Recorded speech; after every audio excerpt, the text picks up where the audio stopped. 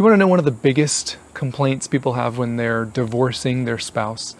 I mean, the divorce papers will say irreconcilable differences, but do you want to know what the actual complaint was? They were too busy for me.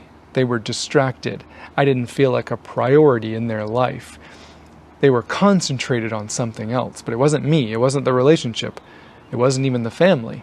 And it certainly wasn't the growth or the health of our marriage. And regardless of what your opinion is, they didn't feel like a priority for you. They felt like you were focused on something else. Maybe it was work. Maybe it was your hobbies. Maybe it was something you viewed as helpful, like advancing your career or making more money for the family. The only problem, in hindsight, he would have rather you stayed home so you weren't gone all the time. Or she would have rather sacrificed that promotion you worked so hard for.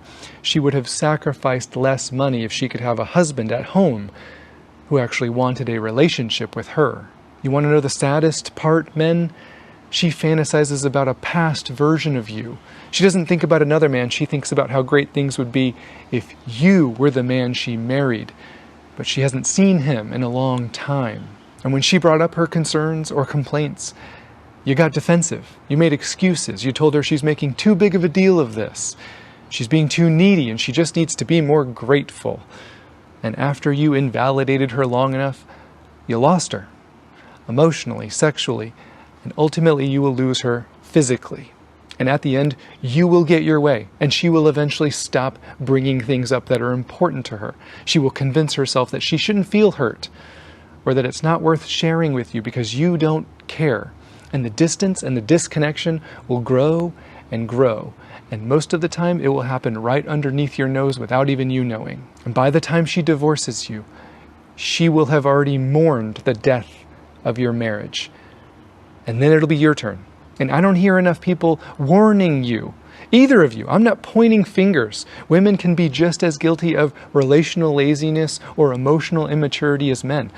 Both of you are responsible for the health and the growth of your marriage.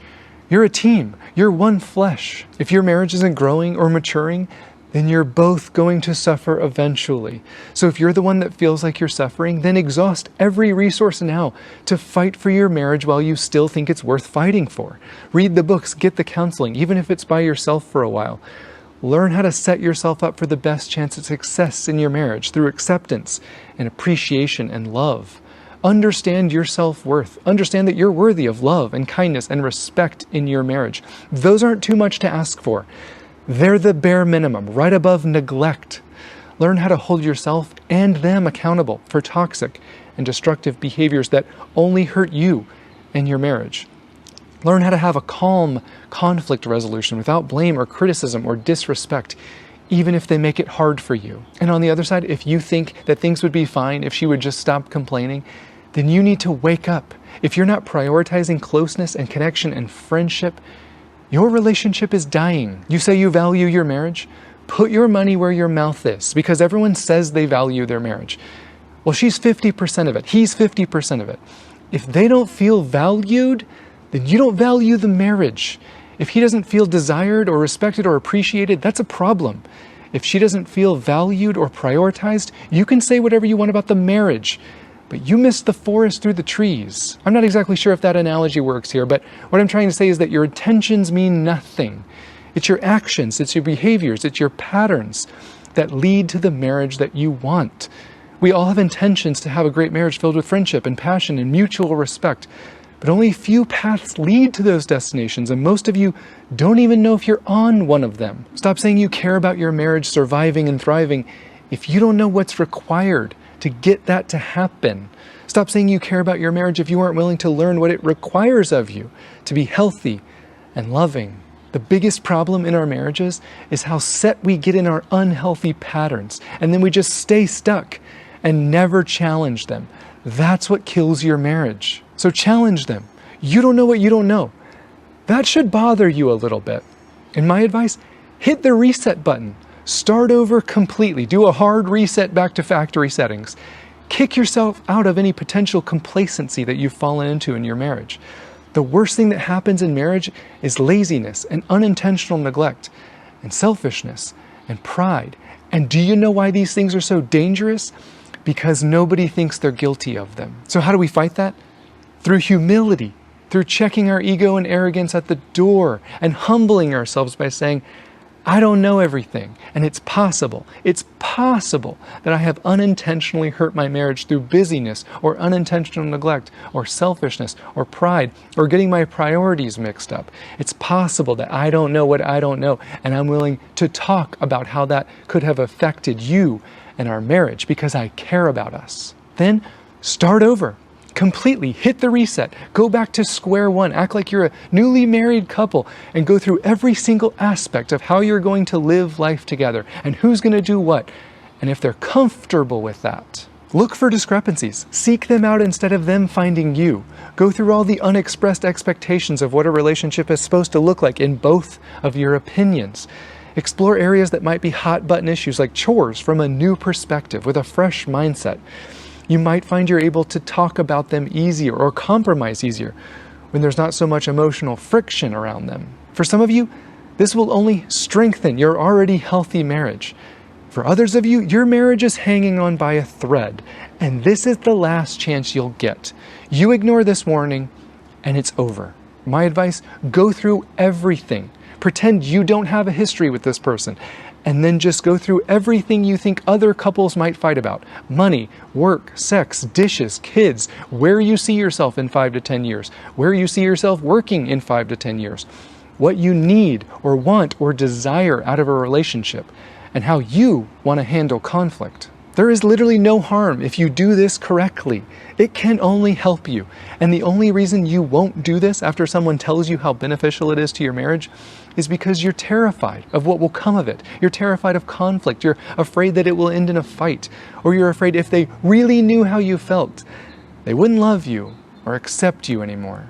And if that's true, then you're right. You shouldn't talk. But that's a major red flag that you should be paying attention to. Your relationship won't survive if someone is afraid to tell you how they feel. Your relationship won't survive if you refuse to know your spouse or be fully known by your spouse. Honesty and transparency and intimacy and vulnerability demand that you talk to each other and have tough conversations, even if it hurts the other person's feelings. Because those conversations are necessary. You depriving the marriage of them doesn't protect the closeness. It kills it. Ignoring or neglecting how your spouse feels about the relationship as a whole doesn't make the marriage strong and safe. It makes it weak and compromised. Because conflict is inevitable. Disagreements are inevitable. But conflict doesn't destroy our marriage. The way we handle conflict does. Did you know that in mature relationships where you have two emotionally mature people, conflict can actually lead to a deeper closeness and understanding of their partner? Me either. I thought it always led to disconnection and distance.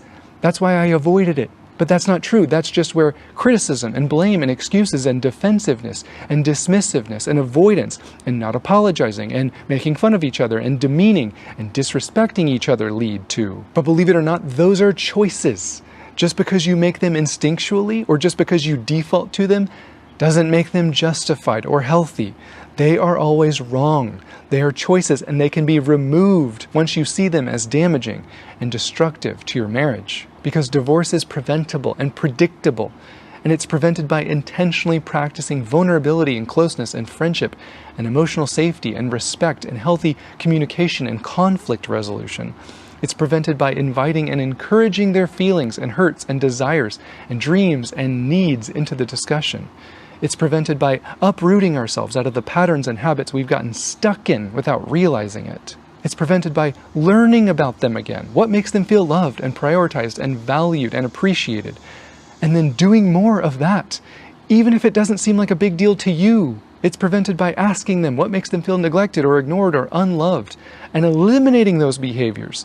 Why? Because we're whipped? Because they control us? Because we're submissive? No, because we love them and we value them.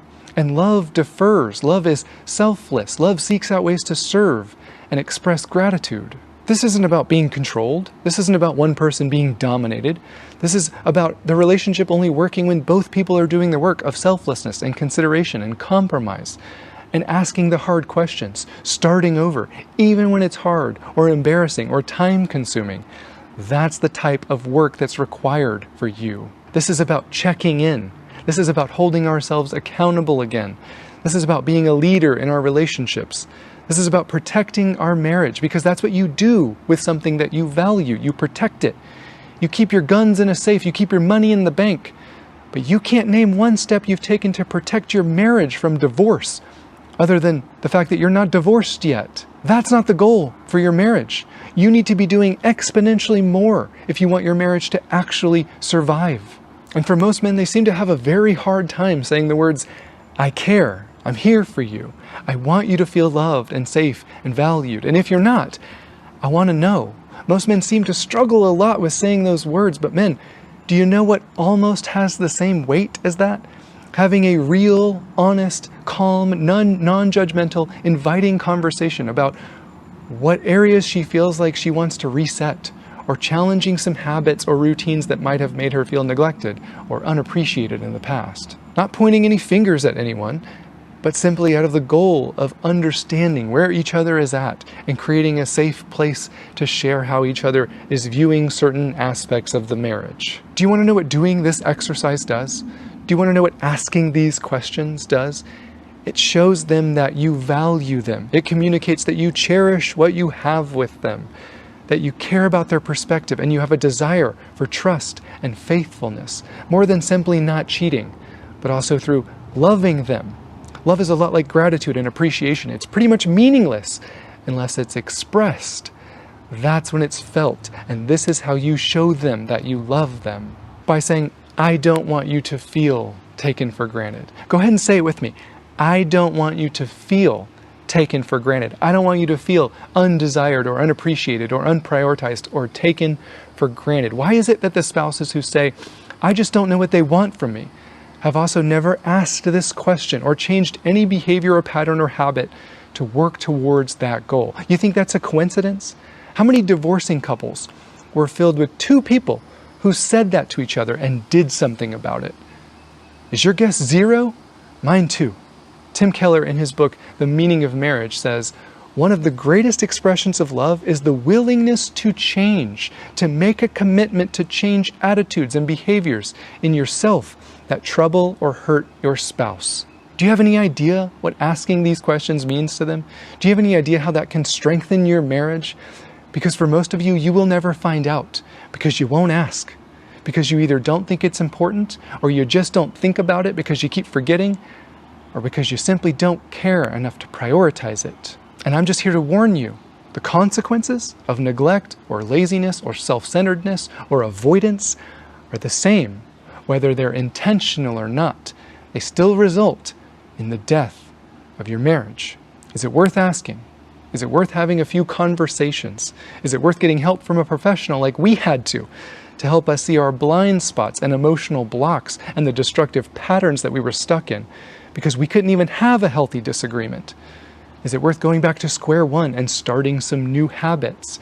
Is it worth hitting the reset button and potentially saving your marriage? It was for us, and I bet it will be for you too. Thank you so much for watching. Can't wait to see you in the next one.